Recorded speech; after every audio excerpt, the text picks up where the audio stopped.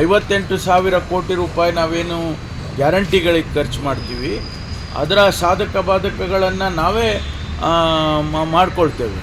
ನಮ್ಮ ಎಲ್ಲ ರೀತಿ ಎಲ್ಲ ತೆರೆದ ಪುಸ್ತಕ, ಅದರಲ್ಲಿ ಏನು ಮುಚ್ಚಾಕುವಂಥ ಅಗತ್ಯ ಇಲ್ಲ. ನಾವು ಆಡಳಿತ ಮಾಡೋರು ನಾವು ಹೇಳಿಲ್ವಲ್ಲ, ನಾವು ನಮ್ಮ ಆರ್ಥಿಕ ವ್ಯವಸ್ಥೆಯಲ್ಲಿ ಜನಗಳಿಗೆ ಏನು ಮಾಡಬೇಕು ಅನ್ನೋದ್ರ ಬಗ್ಗೆ ಮಾಡಿದ್ದೇವೆ.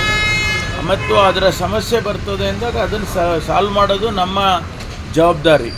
58,000 ಕೋಟಿ ರೂಪಾಯಿ ನಾವೇನು ಗ್ಯಾರಂಟಿಗಳಿಗೆ ಖರ್ಚು ಮಾಡ್ತೀವಿ, ಅದರ ಸಾಧಕ ಬಾಧಕಗಳನ್ನು ನಾವೇ ಮಾಡ್ಕೊಳ್ತೇವೆ. ಅದ್ರ ಬಗ್ಗೆ ಅವರ ಅಭಿಪ್ರಾಯ, ಸಲಹೆ, ಸೂಚನೆ ನಮಗೇನು ಬೇಕಾಗಿಲ್ಲ.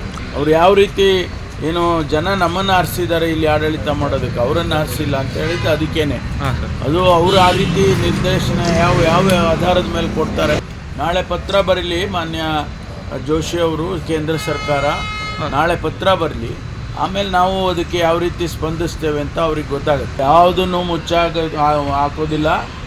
ನಮ್ಮ ಎಲ್ಲ ರೀತಿ ಎಲ್ಲ ತೆರೆದ ಪುಸ್ತಕ, ಅದರಲ್ಲಿ ಏನು ಮುಚ್ಚಾಕುವಂಥ ಅಗತ್ಯ ಇಲ್ಲ.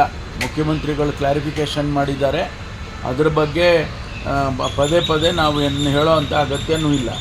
ಜೊತೆಗೆ ಕುಮಾರಸ್ವಾಮಿಯವರು ಹೇಳಿಕೆ ಕೊಡೋದ್ರ ಬಗ್ಗೆ ಕೂಡ ನನಗೆ ಯಾವ ಮಾಹಿತಿನೂ ಇಲ್ಲ. ಮುಖ್ಯಮಂತ್ರಿಗಳು ಕ್ಲಾರಿಫಿಕೇಷನ್ ಕೊಟ್ಟಿದ್ದಾರೆ, ಅದರಿಂದ ಅದಕ್ಕೆ ನಾವು ತನಿಖೆ ಮಾಡೋ ಅಗತ್ಯ ಏನಿದೆ. PSI ನೇಮಕದ ಏನಾಯಿತು ಅಂತ ಸರ್? ಆದಷ್ಟು ಶೀಘ್ರವಾಗಿ ಅವರಿಗೆ ಆದೇಶಗಳನ್ನು ಕೊಡ್ತೇವೆ. ಯಾಕೆಂದರೆ ಅಲ್ಲಿ ಪ್ರೊಸೀಜರಲ್ಲಿ 3 ನೋಟಿಫಿಕೇಷನನ್ನು ಮಾಡಿದರು. ಅದ್ರ ಬಗ್ಗೆ ತಮ್ಗೆ ಗೊತ್ತಿದೆ ಅಲ್ಲ, ಕೋರ್ಟ್ನಲ್ಲಿ ಏನೆಲ್ಲ ನಡೀತು ಅನ್ನೋದು ಕೂಡ ತಮ್ಗೆ ಗೊತ್ತಿದೆ. ಅದನ್ನು ಎಕ್ಸಾಮ್ ಮಾಡಿ ಅಂತಿಮವಾಗಿ ಈಗಾಗಲೇ ಪಟ್ಟಿ ತಯಾರಾಗಿದೆ. ಅದ್ರ ಬಗ್ಗೆ ಒಂದಿಷ್ಟು ಕ್ಲಾರಿಫಿಕೇಷನನ್ನು DPRನವ್ರು ಕೇಳಿದ್ದಾರೆ. ಅದನ್ನು ಕೊಟ್ಟ ನಂತರ ಮಾಡ್ತೀವಿ.